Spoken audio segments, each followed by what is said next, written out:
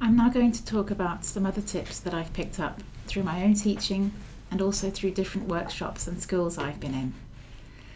Now, the first thing is avoid the temptation to speak negatively about yourself, even if you think it's true. Comments like, "I haven't got an artistic bone in my body," or "I can't draw, but you have to," those kind of comments are not very helpful, and it will be better for your children if you just avoid speaking negatively.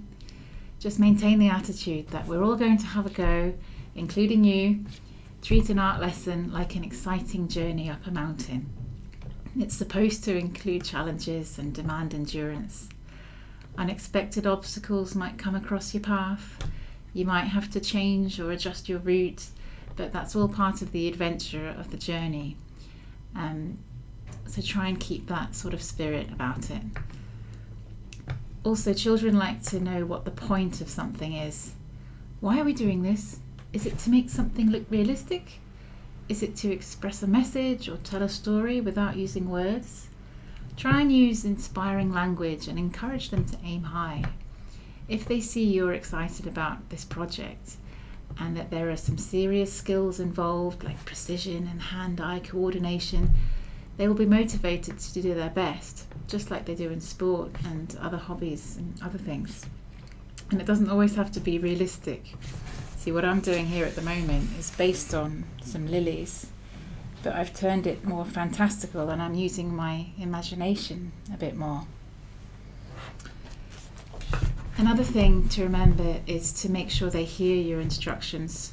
I'm sure you're familiar with this already in your own teaching life. Get them to repeat things back to you. So, for example, when trying to get the general shape of something, don't press too hard at first with the pencil.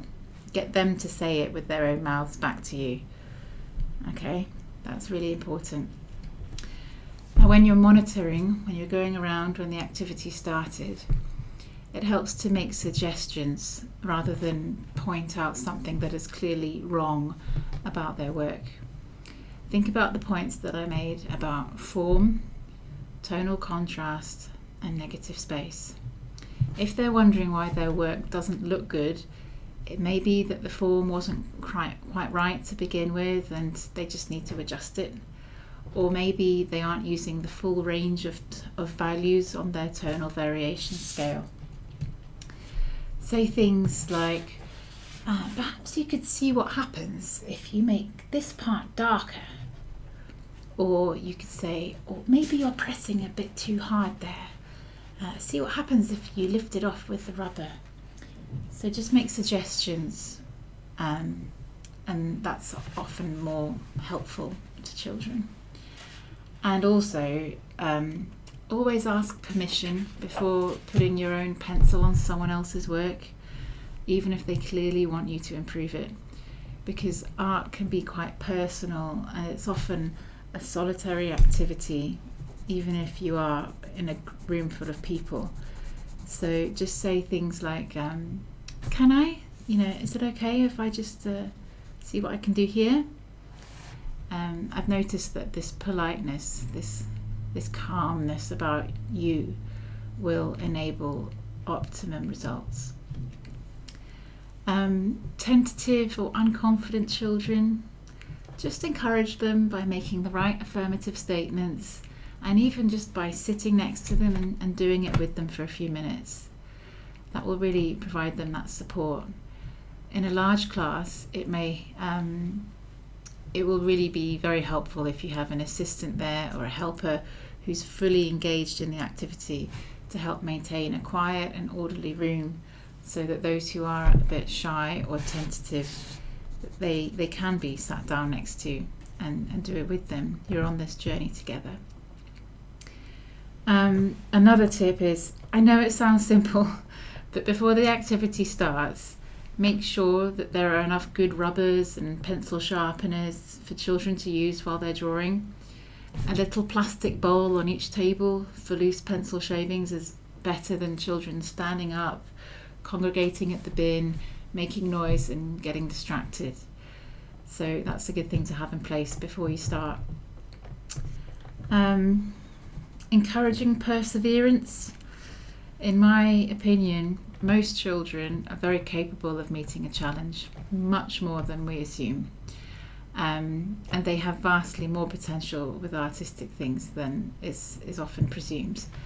But it can require quite a demand on concentration levels. So if you've embarked on an exercise or an activity and it's taking quite a long time, that's normal, it's fine, and it's okay to take a break. It's okay to go back to it. It is good to finish what they've started. So try and encourage them to finish what they've started, to keep going at it. Set a challenge perhaps where you ask them to do a drawing or a sketch of their own over the weekend and see what happens. You can get some really interesting things coming back into school after the weekend, and children feel proud to show what they've done to their peers and to you. Having their own sketchbook, spending time in it, drawing a favourite toy, their favourite place, or an imagined scene, a pair of shoes, a family member or pet, something in the garden. Remind them that something that they create themselves is valuable, it's original and special. And it's great to enjoy other people's creativity by watching films or playing computer games. But at the end of it, you don't really have anything. But a sketchbook, on the other hand, or a portfolio, that will show a whole record of development, and it acts as a visual journal of someone's life, and it will be valuable in countless ways. And I think I've always found that parents really enjoy that too. Get them involved, ask for their encouragement with keeping a sketchbook, drawing what they love. Now, with differentiation, if a pupil is finding it too easy or they finish quickly, you can always get them to draw it again from a different angle, or you could challenge them to imagine what it looks like from the top or underneath, which is also good preparation for sculpture. If a pupil is very slow and finds it difficult, there are ways that you can simplify an exercise. Give them a banana instead of the pineapple. Getting the general shape right in the first place is probably the hardest bit. Just starting can often be the hardest part. So maybe you might have to assist there. But do encourage them to persevere. Probably one of the most important tips is just creating a stimulating yet peaceful atmosphere. Getting the class involved in the choice of subject matter can be really helpful. We don't want to be drawing fruit every single time, but I do recommend shiny things like that kettle I showed you, the aubergine, things with a high level of contrast. But it is good to just encourage them to draw what they like.